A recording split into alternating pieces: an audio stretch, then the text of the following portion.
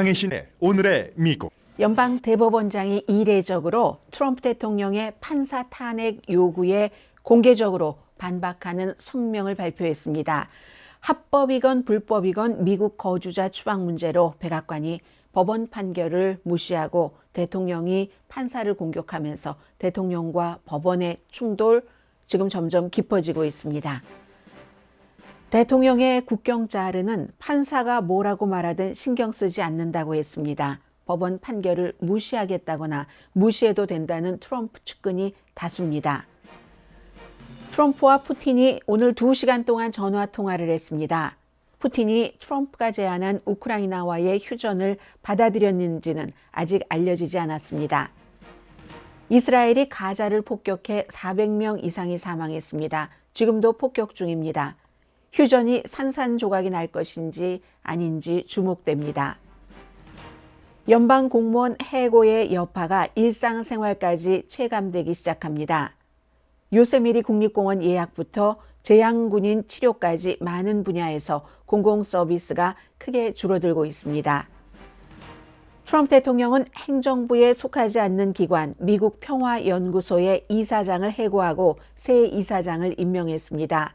일론 머스크의 정부 효율처 스태프들이 새로운 이사장과 함께 미국 평화연구소 건물 안으로 진입하는 데 성공했습니다. 트럼프 대통령 전직 대통령의 아들과 딸의 경호를 즉시 중단시켰습니다. 바이든의 사면이 무효라는 주장에서는 현재로서는 조금 물러난 것처럼 보입니다. 하버드 대학이 연소득이 10만 달러 미만 가정의 학생에게는 등록금과 생활비 전액을 보조하고 연소득 20만 달러 미만 가정의 학생에게는 등록금을 안 내게 해줍니다. 여러분 안녕하십니까? 오늘의 미국 강혜신입니다. 오늘 먼저 맨 앞에는 연방대법원장의 아주 이례적인 성명이기 때문에 하나를 말씀을 드리고요. 그리고 지금 세계가 주목합니다. 이스라엘과 가자의 휴전, 러시아와 우크라이나의 휴전, 그 여부에 따라서 세계의 경제, 정치, 문화, 사회 많은 것이 영향을 받게 됩니다. 먼저 연방대법원장, 존 로버츠 연방대법원장이 트럼프 대통령이 판사를 탄핵해야지 된다. 어느 판사냐면 지난 주말에 베네수엘라 갱단을 포함해서 많은 사람들을 엘살바도르 감옥에 비행기에 태워서 보냈죠. 그 케이스에 대해서 판사가 오늘까지 뭔가 행정부에 요구를 했습니다. 그 내용은 이제 뒤에 말씀드리겠는데요. 그러자 트럼프 대통령이 오늘 아침에 그 판사를 탄핵해야지 된다고 주장을 했고 그 뒤에 몇 시간 지나서 이 연방대법원으로서는 굉장히 빠른 반응입니다. 연방대법관이 대통령의 그 같은 주장이 잘못됐다는 성명을 발표한 겁니다. 트럼프 대통령이 추방 사건에서 행정부에게 불기란 판결을 내린 연방판사 탄핵을 요구한 것에 대한 말하자면 공개적인 반박입니다. 200년 이상 존 로버츠 대법원장의 성명입니다. 사법적인 결정에 대해서 의견이 나와 같지 않다고 행정부에 불리한 판결을 내렸다고 그 판결을 내린 연방 판사를 탄핵하라고 요구한 것은 이건 적절하지 않다. 그런 의견 불일치를 위해서 정상적인 절차가 있지 않느냐. 항소 절차가 존재한다. 딱 이렇게 썼습니다. 이게 이제 제임스 보스버그 연방지방법원 판사에 대해서 트럼프 대통령이 오늘 아침에 여러 가지 얘기를 하면서 탄핵을 주장했거든요. 이미 텔레비전, 팍스를 포함한 여러 텔레비전에서는 이 같은 주장들을 하고 있습니다. 트럼프 대통령이 말하길 오바마 전 대통령이 지명을 한 보스버그 판사입니다. 오바마에 의해서 안타깝게도 임명된 이 급진적 좌파 미치광이 판사는 대통령으로 선출되지 않았다. 잘 들어보세요. 그 사람 대통령이 아니다. 그는 국민 투표에서 이기지 않았다. 많은 차이로. 나라는 얘기입니다. 7군데 스윙 스테이트에서 이기지 않았고 그 판사는 2,750군데 대 525군데 이 카운티에서도 이기지 않았다. 그는 아무 곳에서도 이기지 않았다. 본인의 그 소셜미디어에 쓴 겁니다. 이 판사는 많은 부패한 판사들처럼 탄핵돼야지 된다. 우리는 잔인하고 폭력적이고 정신 나간 범죄자들, 그들 중 많은 살인자들이 우리나라에 있길 원치 않는다. 미국을 다시 위대하게 만들자 늘 하는 이렇게 대통령이 썼습니다. 트럼프 대통령이 이제 본인에게 불리한 판결을 내리는 이런 판사들에 대해서 엄청난 말을 하는 것이 많지만 지금 이번 임기 들어와서는 오늘이 가장 날카로운 겁니다. 그리고 존 로버츠 연방 대법원장도 지난번에도 임기 1기 때도 역시 트럼프 대통령이 비슷하게 본인에게 나쁜 판결을 내리자 그런저런 얘기를 한 적이 있었을 때 2018년도였습니다. 오바마 판사다. 이번에도 똑같죠? 그렇게 얘기했을 때 존 로버츠가 우리에게는 오바마 판사가 없다. 트럼프 판사도 없다. 부시 판사, 클린턴 판사 없다. 우리는 모든 것을 평등한 국민의 그 권리를 보호하기 위해서 최선을 다하는 헌신적인 판사 그룹이다. 그 당시에 이렇게 얘기했던 것을 지금 그대로 상징시키는 거고요. 아무튼 지금 공화당 의원들 가운데서는 이런 존 로버츠 연방 대법원장의 성명에 대해서도 불만을 갖고 있고 또 트럼프의 여러 요즘에 행정명령에 대한 판결을 내리는데 트럼프와 반대되는 판결을 내리는 판사에 대해서 탄핵해라 하는 얘기들 굉장히 지금 많이 하고 있습니다. 그럴 때마다 저 다 미치광이 판사들이야 이렇게 얘기를 하거든요. 제가 여러분들께 보여드리려고 하다가 보여드리지 못한 부분이 있었는데 트럼프 대통령 처음 들어오고 나서 행정명령 같은 것 연방 대법원에서 유리하게 판결 내린 것도 있어요. 그리고 트럼프 대통령이 의회에서 이제 첫 번째 임기 2기부터는 국정연설이고 국정연설을 하고 의회 연설을 하고 나갈 때 보니까 이거 판사가 판결을 제대로 내릴 수가 있을까 하는 저는 그 당시 그 느낌이 들었거든요. 그 비디오를 좀 보시겠습니다. 군인들하고 일일이 악수를 했고 연설 끝내고 나서 대통령이 나갈 때 그리고 존 로버츠 연방 대법원장 등을 툭툭 두들기면서 그 전에 이제 직전에 좋은 판결이 나왔었던 것 같아요. 고맙다고 하면서 등을 툭툭 두들기는 보스예요. 대통령이. 그런 모습이거든요. 한번 보시겠습니다. Thank you very much. Appreciate it. Best your favorite. Thank you. Thank you. Thank you very much. Appreciate it. Howard, Thank you again. Thank you again. Won't forget. so good.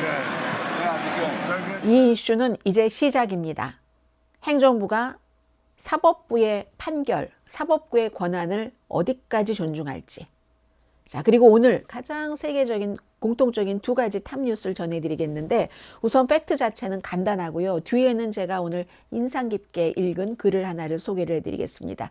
이스라엘 가자 지구에서 수십 군데 목표를 대상으로 이스라엘이 대규모 공격을 했습니다. 지금 가자에 있는 보건국은 400명 이상이 숨졌고 그것보다 이제 더 많은 사람이 다쳤겠죠. 그리고 그 가운데 정부 관계자도 사망자가 있는 것으로 확인을 했습니다. 휴전을 하기 위해서 지금 협상 중이잖아요. 1월 달부터.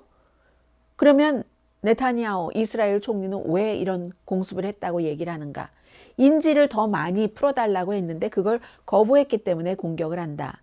그리고 하마스 리더십을 공격하면 인질을 풀어내오기가 쉽다. 이렇게 주장을 했거든요. 그런데 이스라엘에서는 인질 가족들이 지금 한 59명이 있습니다. 이 가운데 반 정도는 살아있고 반 정도는 그냥 숨진 것으로 사람들이 생각하고 있는데 인질 가족들은 네타냐후 총리의 이 같은 공습을 좋아하지 않습니다. 이건 인질을 포기한 거다. 분노하고 두려워하고 충격을 받았습니다. 그리고 이 같은 공격은 백악관과 상의를 했다. 오늘 아침에 이제 박스 텔레비전에 백악관의 대변인이 나와서 캐롤린 리빗 대변인이 나와서 얘기를 했습니다. 하마스건 후티 반군이건 누구건 다 이스라엘이나 미국을 테러화하는 그 그룹은 대가를 치르게 될 것이다. 지옥문이 열릴 거다. 이게 대통령의 생각이라고 백악관 대변인이 얘기를 했습니다. 아직 2개월 동안 지금 계속 해온 휴전이 끝인가 아닌가 알 수는 없어요. 하마스도 휴전을 하고 싶은 부분도 있고 그러나 조건이 맞아야지 되고 그래서 다시 전쟁이다 이렇게 확실하게 얘기하진 않았어요. 하마스가. 그래서 이제 이 부분이 지금 중요하고 그리고는 트럼프 대통령과 푸틴, 블라디미르 푸틴 대통령이 오늘 2시간 동안 통화를 끝냈습니다. 통화는 끝냈지만 아직 자세한 내용은 발표되지 않았고 항상 러시아와의 어떠한 회담 같은 것은 미국에서도 마찬가지고 미국 말도 들어봐야지 되고 러시아 말도 들어봐야지 됩니다.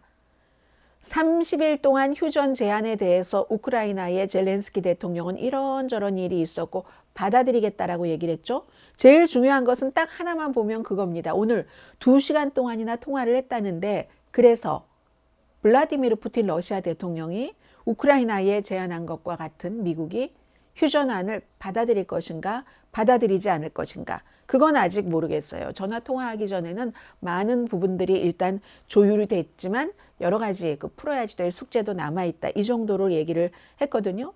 러시아 쪽에서 나오는 얘기 보면은 지금 뭐 굉장히 대화가 순조로웠다. 이런 얘기도 했고요. 트럼프 대통령과 전화 통화를 하기 전에 러시아 블라디미르 푸틴이 경제협력체 이런 데 많이 가서 연설하잖아요. 모스크바에서 열린 기업 리더들 회의에서 서방의 지배력이 사라지고 있다고 주장을 했답니다. 이건 장기적인 추세다라고 말했다고 하고요. 그리고 이제 미국 사람들은 가장 최근에 MBC 방송의 여론조사 결과 등록된 유권자 가운데서 트럼프 대통령이 푸틴에게 더 마음이 가 있다 이렇게 생각하는 사람이 거의 반. 한 40%는 중립적이야. 8%는 트럼프가 우크라이나를 더 지지해. 그러면 이렇게 두 개만 비교하면 되죠. 푸틴 쪽으로 더 마음이 가 있어. 거의 반. 우크라이나 쪽 8% 이 정도 됩니다. 그리고 푸틴이요. 트럼프 대통령을 전화통화하기로 약속을 하고 한 1시간 정도 기다리게 했대요. 푸틴의 아주 기본적인 거죠. 누구든지 다 누구는 4시간이나 기다리게 하고 하는 러시아 기업과 연례회의에서 연설 끝내고 나서 시간이 있었어요. 시간이 이렇게 그 차이를 보니까. 그런데도 기다리게 했고 트럼프 대통령은 기다림을 받았어야지만 됐고 하는데 오늘 제가 이 기다림이라는 단어가 생각나니까 원래 저만 읽고 말씀드리지 않으려고 했는데 여러분들께 말씀을 드려야지 되겠다 싶습니다. 우크라이나 그 전선 근처 딱 그 러시아와 국경이 있는 그쪽의 한 마을에서 굉장히 인기가 있는 스시집이 있답니다. 스시집 주인이 한때는 뭐 30몇 명 직원들이 있었고요. 이분이 30살인가 그래요. 경영학을 공부하신 분이에요. 왜 아직도 그 마을을 떠나지 않고 거기서 스시를 팔고 있는가? 그 스토리거든요. 기다림. 이분들은 휴전되고 전쟁 끝나고 원래는 스시를 팔지 않았어요.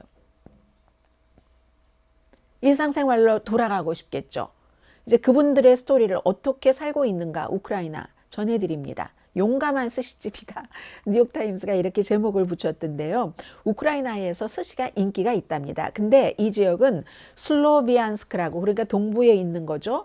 이 러시아와 국경이 맞대고 있는 슬로비안스크라는 이 도시 이름이요. 영광의 도시라는 뜻이래요. 우크라이나에서도 스시는 사치긴 하죠. 더군다나 전쟁 중에서.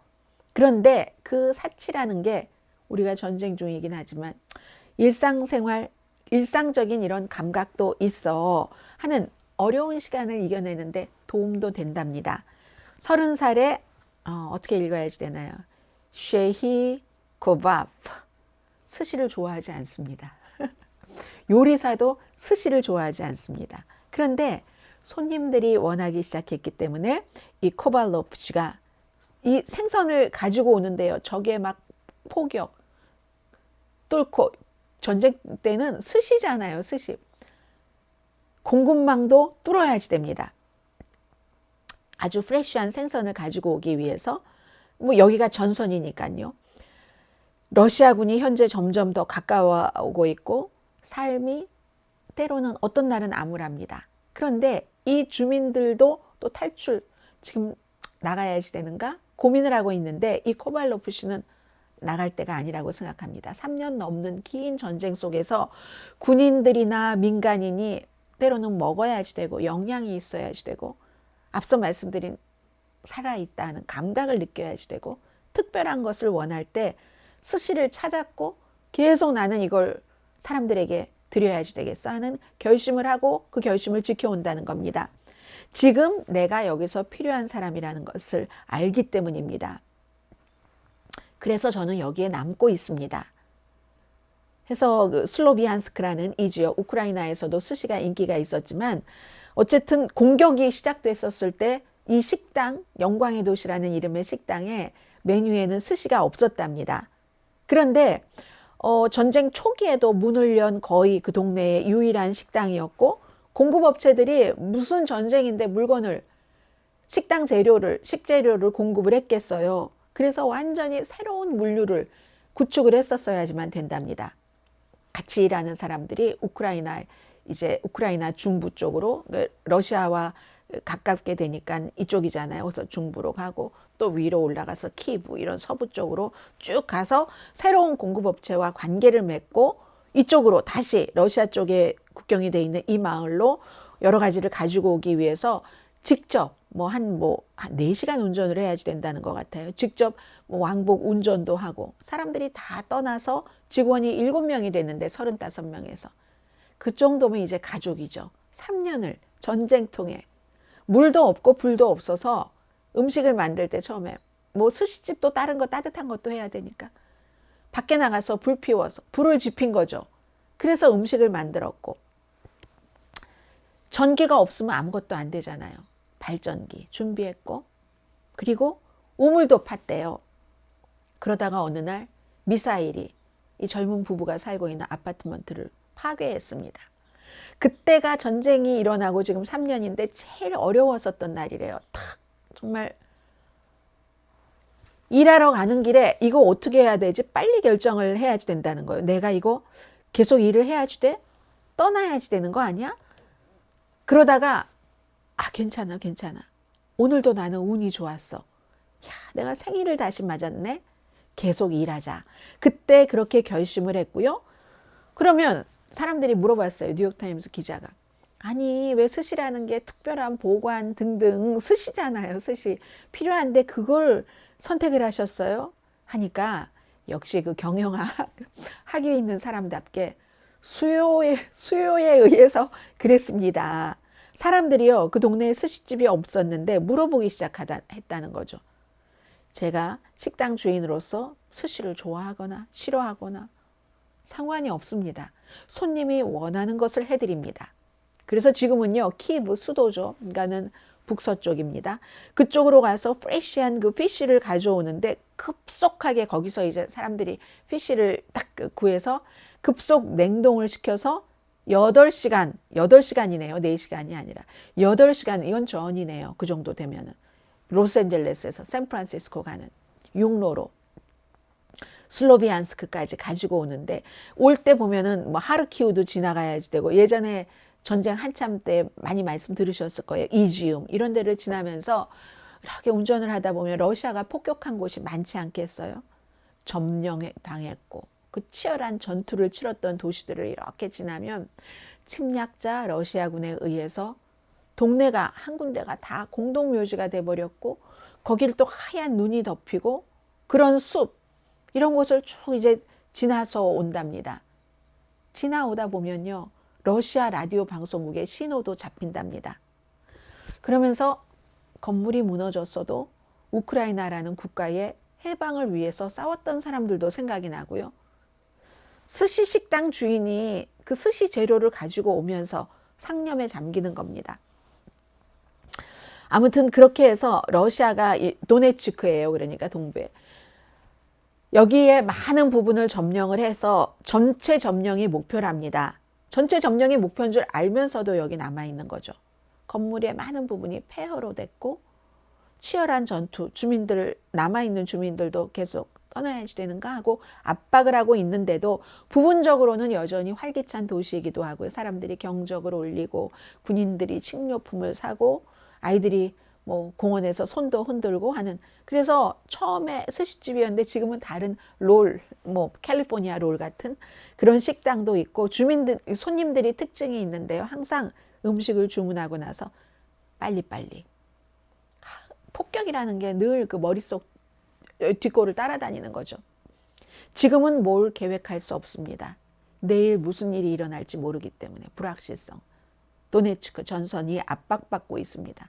그러나 저는 떠날 수가 없습니다. 이미 제가 왜 이곳에 있어야지 되는지 그 의미를 찾았고 그렇게 하기 목적을 정했기 때문에 한 우크라이나의 스시집 주인의 얘기입니다.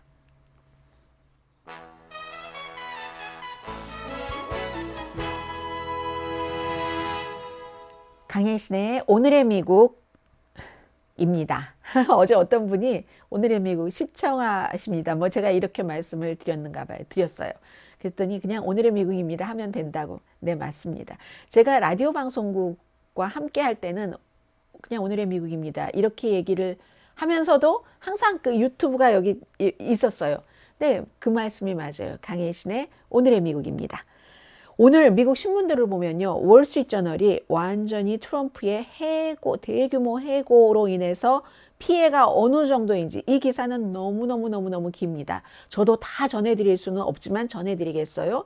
그리고 이 월스트리트저널뿐만이 아니라 밀워키에서 위스콘신이요, 저널 그 센티넬도 마찬가지로, 이게 이제 캘리포니아주 농부뿐만이 아니라 이 연방 정부 이 컷하는 것으로 인해서 농부들이 푸드뱅크와 같이 일을 하시는 분들이 계시잖아요. 꼭 USAID처럼 세계 다른 나라에 지원하기 위해서 일하는 농부뿐만이 아니라 이런 분들도 지금 엄청 힘들어졌다, 이런 내용이 나오고 있거든요. 그래서 월스트리트저널의 기사부터 조금 전해드리겠습니다. 우선 국립공원, 제양군인병원, 공공서비스, 앞으로 여러분들께서 생각을 하셔야 되고, 혹시 미국에 이민을 오실 것을 기획을 하셨다면 예전에 여행을 오셔서 국립공원, 이 광활한 국립공원에 특히 주중에 오니까 아무도 없는데 그래도 그 비지럴 센터가 있고, 이게 선물 가게도 나 혼자밖에 손님이 없는데 참 미국은 풍요롭다, 미국은 미국이네, 이런 거 느끼셨을 거예요. 앞으로는 못 느끼실 수도 있다. 여러분들께서도 마찬가지예요. 제양군인청도 여러 가지 행정명령 때문에 뭐 그 제양군인들의 치료 서비스를 많이 중단을 했는데요. 디트로이트와 덴버 제양군인청 사무소 건강 프로그램들 취소됐다는 건 기본이고요. 그리고 이제 군인들 가운데서 홈리스 되신 분들, 홈리스 피플들이 많이 계시죠. 이런 분들이 나도 그래도 일상생활을 하고 싶어, 아파트먼트에 가서 살고 싶기도 하고, 그러려면은 뭐 디파짓 하는 돈도 도와주기도 하고, 군인이었으니까, 나라를 위해서 희생을 했으니까. 이런 코디네이터가 없어요 지금. 디트로이트와 덴버 적어도. 그래서 지원을 받지 못한다 하는 얘기가 있고, 엘라바마에서는 교육부 일자리, 교육부는 지금 거의 폐쇄되는 50% 이상 직원이 삭감됐으니까요. 말씀드렸죠. 교육이라는 것은 거의 주정부, 로컬 정부에서 관장을 하지만 연방 정부에서 할 때는 그런 곳에 힘이 미치지 않는 사람들, 저소득층, 장애인 학생들을 위해서 열심히 연방 정부에서 도와주는 건데, 장애 아동들이 너무 힘들답니다. 엘라바마. 캘리포니아주에서는 요세미리 국립공원이요, 이제 여름 성수기 얼마 남지 않았어요. 이미 이제 예약이 시작이 되는데 500군데 이상의 캠프 사이트가 있다. 그렇게 많아요? 새로운 예약은 중단했습니다. 예약을 받으면 뭐예요? 똑같죠. 이건 식당에서 손님만 잔뜩 받으면 뭐합니까? 주방에 사람이 없고 홀에 사람이 없어서 서브를 못하는데, 그것과 마찬가지가 지금 국립공원도 그렇게 됐다는 것 말씀드리고요. 전례 없는 뭐 연방 여러 가지 그 삭감 시도가 미국 전역에 무슨 온라인 웹사이트 같은 것도 많이 닫혔고, 특히 IRS 국세청에서 이제 세금 보고 시즌이잖아요. 그 리펀드 늦게 올 수도 있기 때문에 여러분들 가능하면은 리펀드 받으시는 분들은 빨리 접수를 하시는 게 좋습니다. 상상하지도 못했던 그런 일들이 많이 일어날 수 있다고 하거든요. 미국 정부가 굉장히 큰 고용주죠. 240만 명 정도 연방 공무원이 있으니까 우정국은 빼고 옵니다. 그래서 지금까지는 10만 개 정도 일자리가 없어졌는데 이 정도로 불편한 거예요. 그래서 1조 달러 정도 줄이겠다. 불가능하다고 여러 번 말씀을 드렸습니다. 아마 2025년 올해 말까지 지금 10만 명 정도인데 20만 명 정도는 줄이지 않을까, 이렇게 예측을 하고 있는데, 월스트리트저널이 이런 얘기를 합니다. 민간 부문에서 누군가를 해고할 때는, 큰 회사의 경우는 이렇게 연방정부처럼 그 변호사들이, 또 고용 분야의 변호사들이 따로 있어서 이 사람들이 일을 잘하나, 그리고 여러 가지로 볼 때 이 사람을 해고를 시켜야지 돼. 이런 걸 다 계산하고 연구하려면 적어도 몇 개월이 걸리고요. 그리고 또 노동조합 규정 같은 것도 지켜야지 되고 해고된 직원들도 실업수당 신청하는 이런 것까지 회사에서 다 해줘야지 됩니다. 아니면 남아있는 직원들이 회사에 악감정을 갖게 되죠. 아니 내 부서에서 나랑 사이도 좋고 일도 잘했고 내가 도움도 많이 받았는데 저 사람을 이유 없이 저렇게 어느 날 갑자기 해고를 시켜놓고 건강보험이라든가 뭐 실업수당이라든가 이런 것도 받지 못하게 한단 말이야. 이렇게 될 수 있으니까 생존을 위해서 그 회사를 위해서 민간 기업도 이렇게 한다. 그런데 트럼프 행정부는 월스트리트저널의 보도입니다. 지금까지 이 같은 기준을 거의 따르지 않았고 어떤 경우는 필수 직원들 해고했다가 다시 오라고 하고 수습 직원 해고하는 것. 수습 직원은 보호받기가 조금 힘듭니다. 그런데 보호받기 힘들어도 지금 소송을 해서 다시 수습 직원들도 복귀시켜라 하는 연방정부 판결이 나오는데 이 판결도 지금 행정부에서 다 뭐 지킬지 지키지 않을지 그 정도도 알 수가 없어요. 뭐 농무부, 에너지부, 재향군인청 등등에서 해고한 그런 수습 직원들 다시 복귀시켜라 하는 것에도 불구하고 이 백악관 대변인이 굉장히 중요한 역할을 하고 있어요. 지금 30살도 안 됐는데 행정부가 판사의 그 명령에 우리는 따르지 않겠다. 수습 직원들 복직시켜라 하는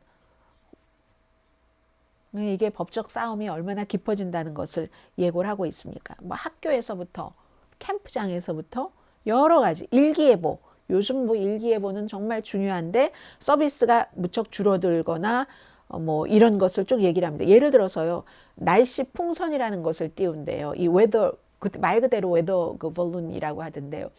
이게 온도, 습도 사람이 하늘에 날아가서 온도, 습도를 다 잴 수는 없으니까 바람에 관한 정보를 쭉 캡처하는 거죠.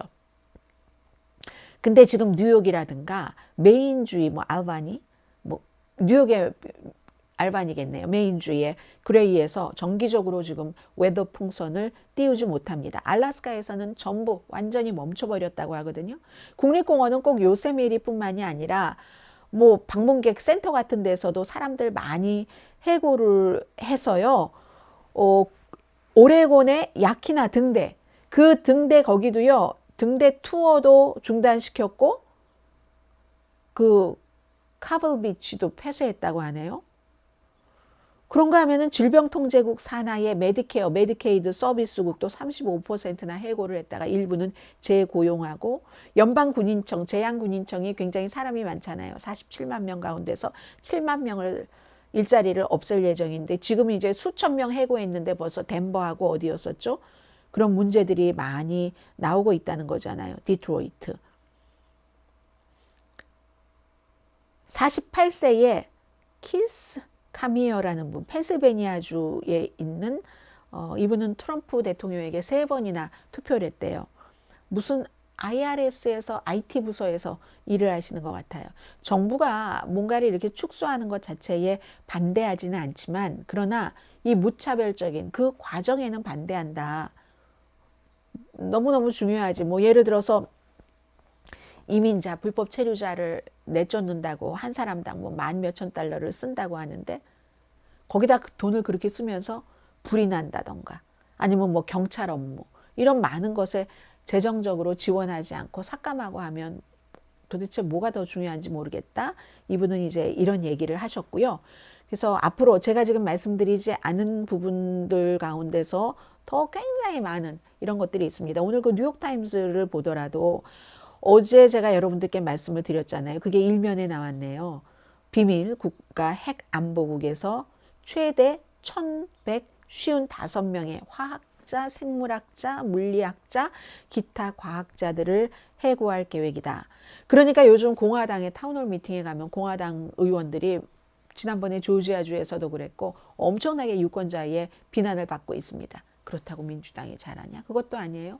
민주당 힘을 못 쓰고 있고 척 슈머 상원 원내대표는 최근에 책을 냈어요. 책을 냈는데 이 책 북투어를 하려다가 하도 시위대들이 기획을 하고 하니까 그 북투어도 그 반발 때문에 지금 중단해버린 지금 그런 상태에서 미국이 이렇게 어수선한데, 제가 오늘 또 다른 그 워싱턴 포스트라든가 보스턴 글로브를 보면 일면에 달라스 모닝 뉴스도 마찬가지입니다. 뭐가 나왔냐면 지금 연방 법원 판사, 아침에 존 로버츠 연방 대법원장이 트럼프 대통령에게 판사의 판결이 마음에 들지 않는다고 탄핵을 들먹거리는 건 적절하지 않다 했잖아요. 그 판사와 연관된 문제입니다. 그 문제인데 어제 좀 말씀을 드렸었고요. 불법 이민 단속으로 시작된 트럼프 대통령의 시행령이 대통령과 지금 법원 사이에 엄청난 갈등이 됐습니다. 앞으로 뭐 일주일, 이주일 있으면 대통령이 법원보다 우선이지라는 얘기가 공공연하게 들릴지도 모르겠습니다. 이민 정책을 집행하는 과정에서 연방 판사 판결을 무시할 것이다라는 공개 발언을 하는 사람이 너무 많아요. 지금 법무장관도 그렇습니다. 어제 absolutely 판사 말 안 듣지, 대통령 말 듣지 이렇게 얘기했고, 자르도 그렇게 얘기를 했고, 이거 연방 법원 판사들이 어디까지 갈지. 그리고 오늘 아침에 보니까 트럼프 대통령이요, 바이든 대통령 때 연방 판사를 200몇 명을 임명을 했어요. 트럼프 임기 1기 때도 많이 했는데 트럼프 임기 1기 때보다 바이든 때 조금 더 많이 했답니다. 약간 차이. 근데 트럼프 대통령은 그것보다 더 많이 한대요. 지금 300명 정도가 있기 때문에 이렇게 되면은 미국이 굉장히 달라지는 거죠. 그래서 전통적으로 대통령은 불법 이민자 문제를 안보로 다루지 않았습니다. 근데 이번에 딱 꼬집어서 베네수엘라, 갱단 하면서 아주 그냥 정말 대단한 갱단이긴 해요. 근데 그 사람들이 다 트렌데 아라과라는 갱단, 200 몇십 명을 엘살바도르 감옥으로 계약을 하고, 엘살바도르가 1년 600만 달러 받고 그 죄수들을 받은 거예요. 아주 노토리어스한 감옥이라고 하더군요. 근데 거기에 간 사람 가운데 100 몇십 명은 이 외국인 무슨 적대법에 의해서 간 거고, 나머지는 뭔지도 잘 모르고 이름도 발표하지 않고 정확한 혐의도 발표하지 않고 하는데, 이것에 대해서 다 절차가 있다 하면서 연방 제임스 그 보아스버그 판사가 추방자들을 태운 비행기라도 돌려와 했는데, 두 대는 판사가 구두로 일단 명령을 내렸어요. 나중에 서면 명령을 내리고, 그 구두 명령 내릴 때 두 대의 비행기는 이륙을 했었다고 하고, 한 대는, 세 번째 비행기는 이륙조차 하지 않았는데도 이륙해서 어디로 보내버린 겁니다. 그랬더니 오늘 이 판사가 오늘까지 왜 이렇게 됐는가, 나에게 왜 내 명령을 따르지 않았는가, 원인을 제공하라 하니까 트럼프 대통령이 그 판사 탄핵해버려야지 된다 하고, 연방 대법원장이 그런 때 다 탄핵을 쓰는 게 아니야 라고 지금 얘기를 한 거잖아요. 외국인 적대법이라는 게 전시에 모든 절차 다 무시하고 대통령 마음대로 외국인을 추방하는 것. 이건데 이제 이게 여기에 적용되느냐 하는 그런 문제인데요. 팍스뉴스에서 트럼프의 국경 책임자인 톰 호먼, 법원의 권위를 완전히 무시했습니다. 우리 멈추지 않을 거야. 법무장관도 그랬다니까요. 판사들이 뭐라고 생각하든 상관없어. 좌파들이 뭐라고 생각하든 상관없어. 우린 할 거야. I don't care what the judges think. I don't care what the left thinks. We're coming. 백악관도 이길 수 있다고 생각을 해요. 법원에서 또 이 문제를 항소하고 하면은. 그리고 국무장관 마르코 루비오가 저는 요즘 상당히 주목이 되던데요. 엘살바도르 대통령 트윗을 리트윗했다고 말씀을 드렸잖아요. 너무 감사드린다고. 근데 나이브 부켈레, 엘살바도르 이 대통령은요, 미국에서 돈 받고 베네수엘라 갱단을 포함해서, 거기에는 또 갱단 아닌 사람들도 있대요. 이미 이제 증언들이 나오고 있는데, 가족들로부터. 근데 이 대통령은요, 본인이 스스로 내가 가장 쿨한 독재자야, 본인 보고 독재자라고 얘기했었던 그런 사람이에요. 그런데 무슨 독재라든가 공산주의라든가 이런 것 때문에 쿠바에서 우리 조상들이 미국으로 왔습니다 하는 것을 너무 자랑스럽게 생각을 하는 마르코 루비오 국무장관이 그 엘살바도르 대통령에게 대통령님의 우정과 도움에 감사드립니다, 이렇게 얘기를 한다는 게 저는 좀 뉴스를 하는 사람으로서 슬펐고요. 기본적으로 이게 만약에 계속 법원에서 인정이 된다면 트럼프 대통령에게 꼭 베네수엘라 갱단에서 시작을 했지만 거기에만 해당되는 게 아닙니다. 그 전쟁법을 지금 가지고 와서 전쟁 중에는 그렇게 할 수 있다 했었던 거죠. 그래서 일본 사람들이 다 수용소에 갇히고 했었던 게 마지막으로 썼던 거죠. 그땐 전쟁 중이었지만 지금 베네수엘라하고 미국이랑 전쟁은 아니잖아요. 만약에 이게 계속 통하게 되면 14살 이상의 베네수엘라 국민을 그냥 이유를 제시하지 않아도 그들이 불법 체류자든 아니든 범죄자든 아니든 합법적인 신분이어도 이건 뭐 대통령이 판단할 때 위험하다라고 판단하면 추방할 수 있다는 얘기입니다. 증거를 제시하지 않아도 베네수엘라 갱단과 관련이 있다는 증거를 제시하지 않아도 그리고 미국은 법치주의잖아요. 청문회 같은 거 전혀 하지 않아도 추방을 할 수 있다는 얘기입니다. 그리고 또 어떤 사람에 대해서는요. 문신했잖아 라고 얘기를 했거든요. 문신했어 갱단이야. 이게 행정부의 얘기입니다. 그러면 미국의 국방장관 문신 여러분들 못 보셨어요? 엄청나게 많이 문신했어요. 국방장관도.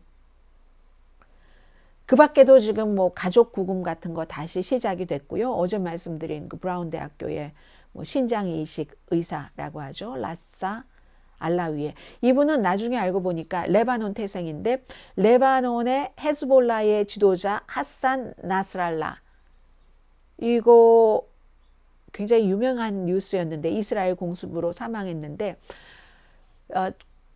이 나스랄라의 장례식에 참석을 했었답니다. 헤즈볼라가 미국이나 이스라엘에서는 뭐 테러 그룹이지만 또 헤즈볼라는 정당 활동을 합니다. 레바논에서는. 그래서 이제 아마 이 박사가 그 사람을 지지를 했었던 것 같아요. 그러니까 이제 미국에서 뭐 H-1B 비자 있고 브라운 대학교에서 다 초대했고 했어도 추방을 시켜버렸고 그 밖에도 많아요. 독일 출신의 영주권자 뭐 파비안 슈미츠라는 사람도 있고 란자니 스리니바산 그리고 뭐 제일 유명한 콜롬비아 대학교의 친팔레스타인계의 시위자였었던 마흐무드 칼릴 이런 모든 사람들을 이제 대통령이 법원이 또 다 이거 하지 말아라 법에 따라서 해라 했는데 다 무시하고 한 케이스만 말씀드린 건데 이 밖에도 엄청 많죠. 볼티모어 대학교의 헌법학자 킴 웨일 박사가 미국이 지금 헌법적 위기에 있다고 얘기를 합니다. 그런데 위에 말씀드린 그 같은 행동은 그 헌법적인 위기를 더욱 깊게 한다. 지금 미국은 미지의 바다에 있다고 얘기를 합니다. 이제까지 어떤 대통령도 이 같은 법원 판결을 무시하면서 이런 일을 한 적이 없기 때문에 그리고 대통령이 그렇게 무시하도록 하면은 아무 방법이 없습니다. 한 2주일 전쯤에 여러분들께 말씀을 드렸었죠. 대통령이 법원의 판결을 따르지 않는다고 체포해 갈 만한 경찰 이런 건 없습니다. 유일하게 개입할 수 있는 건 의회죠.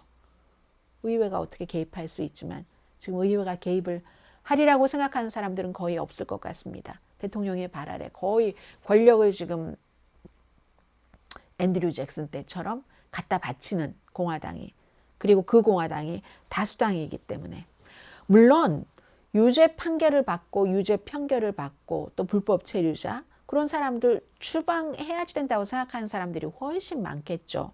갱단원도 추방하는 것을 원하는 사람이 많습니다. 그런데 항상 문제가 생기지 않으려면 적법 절차를 밟아야지 된다는 거죠. 적법 절차를 밟지 않으면 무고한 사람이 그걸 자꾸만 용인하면 무고한 사람이 희생이 될 수도 있고 시스템이 엉망진창이 돼버리니까 이 점에서 굉장히 중요한 이슈였습니다.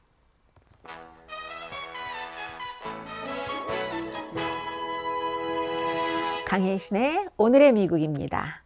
아마 이 내용이 여러분들 가운데서 관심이 많으셨을 거예요. 제가 3가지를 좀 간단하게 전해드리겠는데 첫 번째는 처음에 미국 평화연구소라는 데를 일론 머스크의 그 정부 효율처 부서의 스태프들이 들어가려고 했는데 들어가지 못했어요. 사설 경비원이 막았고 그 평화연구소의 소장 프레지던트가 또 막았기 때문에 막은 이유는 이 미국 평화연구소 US Institute of Peace라는 곳인데 1984년이니까 레이건이죠. 그때에 뭐 의회에서 초당적으로 만든 거예요. 의회에서 만든 초당적인 비영리 독립기구입니다. 비영리 독립기구면 행정부가 아니죠. 일론 머스크의 정부 효율처에서 지금 삭감하겠다고 드나드는. 그러니까 우리 독립적 기구이기 때문에 일론 머스크의 정부 효율처 부서가 들어와서 하실 일이 없는데요.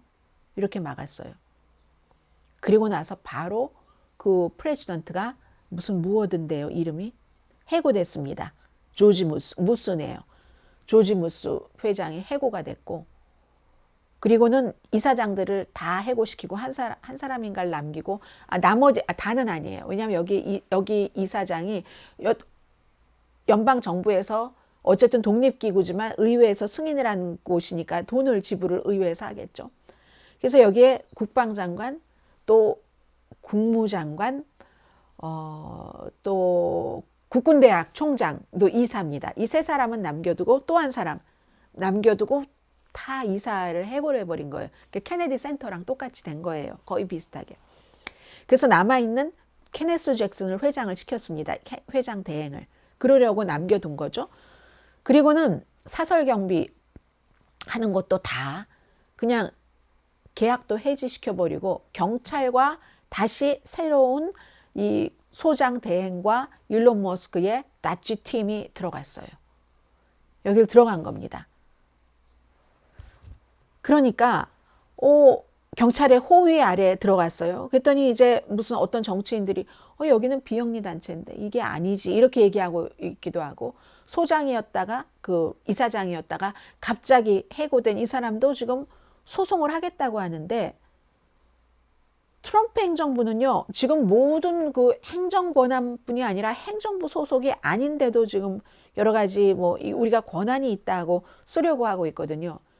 먼저 이렇게 딱 들어가기 전에 며칠 전에 대통령이 행정명령으로 이런 곳에 대해서 다 무슨 뭐죠? 해체해버리겠다 하는 것을 행정명령으로 발효를 했어요. 그러니까 여기서 하는 일을 말씀 안 드렸네요. 미국 평화연구소라는 게 그 당시에 레이건 대통령 당시에 세계 다른 나라에서 폭력이라든가 분쟁 같은 것을 막고 평화롭게 한다. 근데 결국은 그 안에는 뭐가 들어있겠어요? 미국의 이상을 심는다. 이게 바로 USAID라는 미국 국제개발부와 비슷한 그런 곳이었죠. 그래서 아무튼 이렇게 해서 지금 일론 머스크 팀이 새로운 이사장과 함께 딱 그 장악을 해버렸고요. 이게 아마 어제 트럼프 대통령이 이사장 내쫓고 본인이 이사장 되고 다른 새로운 이사로 꽉 채운 케네디 센터에 들어갔던 그런 시간과 비슷할 것 같습니다. 그래서 샌프란시스코에 살고 계신 분들 안녕하세요. 트럼프 그 대통령이 행정명령으로 이런 것도 다 없애버리라고 했습니다. 골든 게이트 그 옆에 있는 국립공원을 감독하는 기구예요. 프레시디오 트러스트라는 거, 여기도 이제 다 없애버리라고 하고, 뭐 라틴 아메리카 뭐 하는 거, 뭐 아프리카에서 뭐 하는 거 다 없애버리라 하고 있고, 일론 머스크의 힘은 계속 강해지고 있고, 일론 머스크의 인터넷 위성 서비스, 이 스타링크 있죠? 이건 백악관 전체적으로 이제 다 접속이 된답니다. 어제 누군가가 얘기한 것처럼 광 케이블이 아니라 일론 머스크가 좋게 생겼다 하는 지금 이런 일이 있고, 그리고 어제 그 트럼프 대통령이 얘기를 했었던 그 오로펜이요. 바이든의 사면은 서면으로 펜으로 한 게 아니라 오로펜으로 했기 때문에 무효고 더 이상 효력이 없다 해서 나를 조사했었던 의회의 1월 6일 의사당 폭동위원회 소속 의원들 사면한 거, 그 밖에 많은 사람들 다 무효야라고 얘기를 했었잖아요. 그랬더니 어제는 많은 법률 전문가들 또 언론에서도 이걸 취재를 해서 AP통신은 이렇게 보도를 했네요.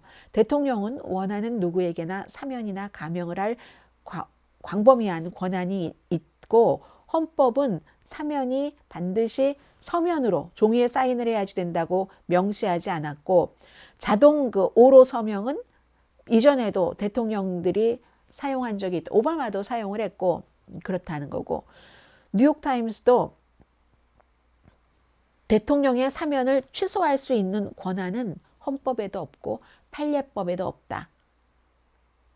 이런 얘기. 근데 트럼프 대통령이 암묵적으로 내가 할 수 있다는 것을 마치 한 것처럼 했다. 근데 오후부터 이게 무너지기 시작했어요. 너무 이쪽이 강렬하니까 백악관의 대변인이 아예 뭘 그러세요. 트럼프 대통령이 단지 바이든 대통령이 그거 오로 서명이 그렇게 효력이 없는 줄을 몰랐다고 그냥 상기시킨 정도예요. 이렇게 조금 무너지고요. 월스트리트저널은 이렇게 이미 전 대통령이 사면한 사람을 트럼프 대통령이 반대로 뒤집는다는 게 기소하거나 그 사람들에게 벌을 준다는 거잖아요.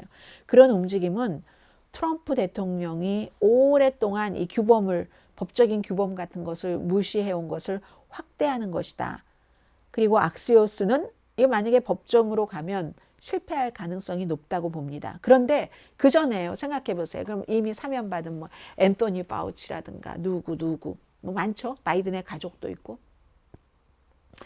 이게 이제 대통령이 주도하는 법적인 그 싸움에 들어가려면 그 사람들이 얼마나 많은 시간과 돈을 써야지 되겠어요. 그 사람들 개인적으로 지치겠죠. 뿐만이 아니라 그럼 이쪽에서는 누가 돈을 대요? 변호비요? 그거 세금이에요. 돈 아낀다면서요. 납세자 세금입니다. 이길 가능성도 별로 많지 않다는데. 그리고 또 하나, 전직 대통령 바이든의 두 자녀를 트럼프 대통령이 경호를 즉시 중단을 선언을 했습니다. 어떤 기자가 그거 뭐 경호 뭐 이렇게 얘기하니까 그 다음에 즉시고 그거 중단이야 이렇게 얘기를 했는데, 이것도요 뭐 긴 얘기를 짧게 말씀을 드리겠습니다. 보통 대통령과 대통령의 배우자는 대통령 자리에서 물러나도 평생 경호를 받습니다. 그런데요 16살 이상의 대통령의 자녀는 대통령이 되지 않으면서 경호도 사라져요. 그렇지만 이게 6개월 연장을 할 수가 있습니다. 그래서 바이든 대통령이 대통령직에서 물러날 때 1월 달에 뭐 자신의 자녀들에 대해서 6개월 연장을 했거든요. 7월 달까지예요. 근데 트럼프 대통령이 이거 뭐 돈의 낭비고 뭐 이렇고 저렇고 하면서 즉시 시행해 해서 실제로 비밀 경호국도 바이든이 해놨는데도 트럼프 대통령의 결정을 따르겠다라고 얘기했습니다. 전직과 현직의 차이예요. 즉시 이제 경호를 중단한다 하는 건데, 트럼프 대통령은 그럼 어떻게 했는가? 본인이 대통령 떠날 때 트럼프 대통령은 바이든 대통령이야 자녀 헌터하고 뭐 애슐리이지만 자녀가 좀 많아요. 거기에 또 아무튼 본인도 바이든이 했던 것과 똑같이 6개월 동안 연장을 했었습니다.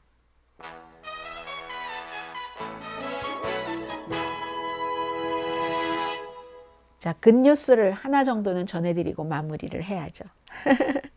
뭐 요즘 대학 교육 필요 없다, 고등교육이 뭐 그만한 가치가 있어 여러 얘기를 하지만요. 그래도 뭐 기회가 있고 시간도 있고 하면은 뭐 좋은 교육을 받으면 좋죠. 하버드 대학교가 가족의 소득이 10만 달러, 20만 달러를 정해서 굉장히 혜택을 많이 줍니다. 연소득 10만 달러 미만 가정의 학생들에게 완전 무상 교육이에요. 이건 등록금뿐만이 아니라 뭐죠? 식비, 주거비, 건강보험, 여행경비까지 다 무료로 해주겠다. 가족의 소득이 20만 달러 미만이면 등록금도 엄청 비싸잖아요. 더군다나 요즘 하버드 대학도 뭐 컬럼비아 대학교와 마찬가지로 정부가 이걸 원하는데 당신들 잘하고 있어? 안 하면은 정부에서 주는 기금 안 줄 거야. 이런 위협을 받고 있는 시기거든요. 그런 위협을 받고 있는 시기에 학생들에게 이 같은 지원을 확대를 한다는 겁니다. 특히 하버드 대학교 경우는 어퍼머티브 액션 같은 것 없애고 했었잖아요. 그래서 이제 이게 더 중요하다라고 말씀드릴 수가 있고요. 그래서 하버드 대학교가 재정 상황에 전혀 관계없이 많은 학생들이 입학할 수 있었으면 좋겠다. 이런 얘기들을 하고 있고요. 너무 요즘 등록금이 비싸서요. 2024년도, 2025학년도 하버드 대학교 학부생 등록금 뭐 여러 가지 주거비를 포함해서 거의 83,000달러. 야, 83,000달러 한 달에 얼마라는 얘기예요. 야, 대단하죠. 그리고 오늘 발표했나요? 공개했나요? JFK 암살 관련 문서 공개할 예정이다 했는데, 근데 이거 지난번에도요 사실은 많은 부분 공개가 됐었고, 무슨 제프리 앱스타인 감옥에서 스스로 자살한 막 어린아이들과 성관계 맺고 유명한 사람들에게 소개해주고 했었다는 그 관련 문서도 공개되기 전에 엄청나게 기대했었는데 결과는 실망스러웠다는 건 말씀드리고요. 지금 러시아 얘기가 나오고 있네요. 러시아가 트럼프 대통령에게 우크라이나에 대한 외국 군대의 원조 그리고 정보 원조를 중단해라 하는 것을 요구했다. 이 정도 얘기는 나오네요. 자, 그리고 어제 보니까 왜 프랑스의 어떤 중도 성향의 정치인이 자유의 여신상 돌려달라 왜냐하면 그게 미국 독립 100주년을 기념을 해서 프랑스가 선물한 거잖아요. 했더니 백악관에서 그 젊은 대변인, 오늘 제가 왜 백악관 젊은 대변인 얘기를 그렇게 많이 하나요? 아유, 프랑스는 미국에 고마워해라. 아니, 우리가 1차 대전에, 그 2차 대전에 참전하지 않았다면 지금도 독일 말을 쓰고 있을지도 몰라. 나치 취하에 뭐 예를 들어 그렇다는 얘기잖아요. 근데 이렇게 말하면 프랑스에서는 이렇게 말할 수 있지 않을까요? 아유, 우리가 영국과의 독립전쟁에서 프랑스군이 싸워주지 않았으면 미국 너는 태어나지 않았을지도 몰라. 그러니까 이렇게